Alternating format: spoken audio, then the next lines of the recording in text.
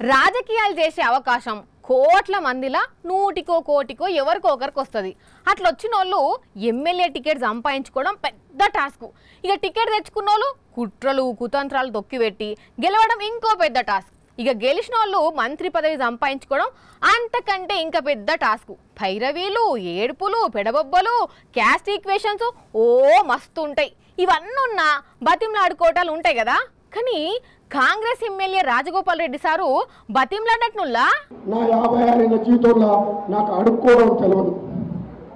నాకేదైనా కావాలంటే లాక్కుంటా, అడుక్కోను. వామ్మో, అంత డేరింగ్ డాషింగ్ ఏంది సారు? ఏకంగా మంత్రి పదవిని అట్లెట్లా లాక్కుంటారు? అంటే మీకు పార్టీల పెద్ద నెట్వర్క్ అన్న ఉండాలి, లేకుంటే మీకు పార్టీల ఎదురన్న లేకుంటూ ఉండాలి. ఇంతకు మంత్రి పదవి ఎట్లా వస్తుంది సార్ మీకు? రాబోయే పార్లమెంట్ ఎన్నికల్లో అవతలకి మైండ్ బ్లాంక్ అయ్యే తీర్పు వస్తే అవసరమైతే అధిష్టానం దిగి వచ్చి మంత్రి పదవి ఇస్తుంది.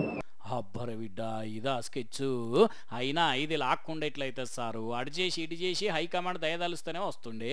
దీన్ని లాక్కోవడం అని ఎందుకంటారు సార్? సరే, మీ భాషలో మీరు అన్నది మీకే కరెక్ట్. కానీ మరి మంత్రి అయితే ఏం శాఖ తీసుకుంటారు? హోంమంత్రి కావాలన్నాడు. అరే అట్లా అన్నప్పుడు బాబు నేను హోంమంత్రి అంటే టీఆర్ఎస్ అందరు చేయలేకపోతారని చెప్పి. ఓహో, మళ్ళా అటు చేసి ఇటు చేసి సొంత జిల్లా లీడరు జగదీష్ రెడ్డి దగ్గరికే వచ్చిండ్రా? మరి మీరేమంటారు జగదీష్ సారు? తెచ్చి ఏదైతే 100 కోట్లు మాయ అని చెప్పేసి అని ఓడర్లు వేసుకొని తిరుగుతున్నారో, ఎప్పటికైనా మీరు ప్రజల సొమ్ము తిన్న కేసుల్లో జైలు పోయేది మీరు మాత్రమే. రాష్ట్రంలో మీ పంచాదేవి ఏర్పండి. అటు కారు కాంగ్రెస్ నడుమ లొల్లంత ఒకెత్తు అయితే మీ కీసులాట ఇంకొక ఎత్తు.